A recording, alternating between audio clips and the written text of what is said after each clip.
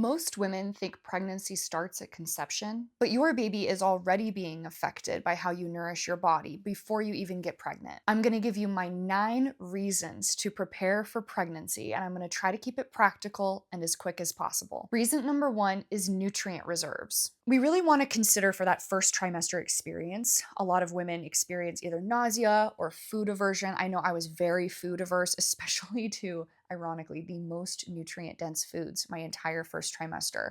And when you prepare intentionally before you get pregnant, you have a lot of reserves that the baby can rely on just in the off chance you're not able to eat anything other than saltine crackers and ginger ale for a significant portion of that first trimester.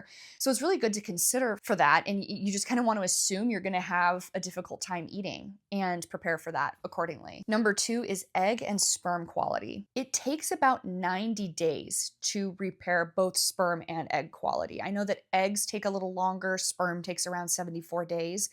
But rounding up to 90 days just sort of helps ensure that, when you've cleaned up the diet, you've cleaned up the environment, and you've stripped out a lot of things that can affect the quality of egg and sperm health, it takes around 90 days.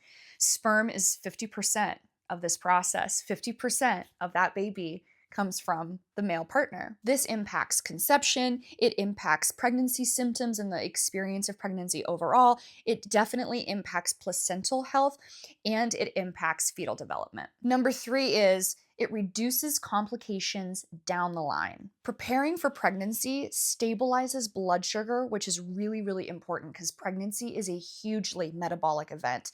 And the metabolic demands are so significant that if we are insulin resistant, going into pregnancy, we increase our chances of gestational diabetes, macrosomia, and neonatal hypoglycemia. Preparing also allows us to restore minerals, and it improves our overall health just as an individual starting out. Number 4 is the foundations for your baby are significantly stronger. Early development happens rapidly. We want to allocate as many nutrient resources towards this process as possible. What we're really wanting to do is allow the baby to draw on critical nutrients from a nutrient surplus or nutrient supply rather than from mom herself. Number 5, we also want a more enjoyable, easier pregnancy experience. When we prepare for pregnancy intentionally, we see better energy, better hormone balance, better moods, emotional stability increases, and sleep quality improves. Number 6 is better birth outcomes. When you prepare for pregnancy intentionally, in general, strength,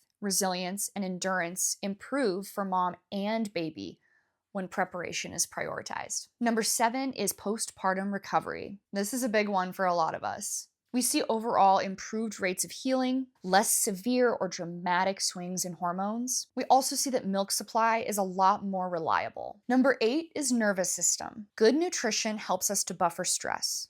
Simultaneously, buffering stress actually allows us to better absorb good nutrients. So this is a feedback loop that we really want to be mindful of. Being mindful of our nervous system state also helps to improve our overall mental health. It also creates a general sense of calm in our lives, which also allows for a more restorative sleep. Improving stress, restorative sleep also helps us to have a better relationship with our melatonin, which also improves upon the relationship with oxytocin. It buffers us against stress, pain, and fear.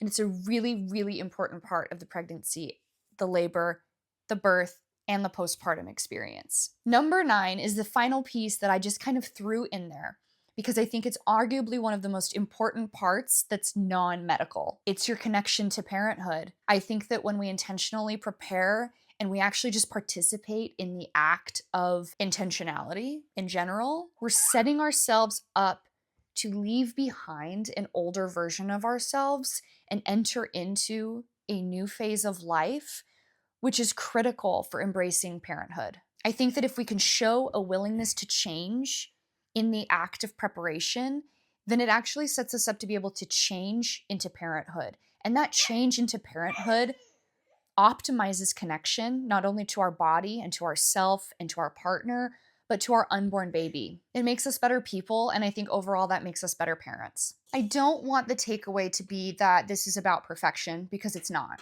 This is really just about making sure we have informed consent on the trajectory of this entire reproductive process. And I think in order for us to have informed consent, we need to know about all the pieces that go into this and all the different perspectives, not just from the obstetric medicalized model of care, but from a more intentional, even a more holistic sort of lens. Ultimately, what this is about is not going in completely blind. And while we can't control everything, it's important that we have the opportunity to control what we can. If you want to learn more about how to prepare for pregnancy, I've built a free guide that I've put down in the description below. It's called the Preconception Risk Reduction Blueprint. Thank you so much. I'll see you next time.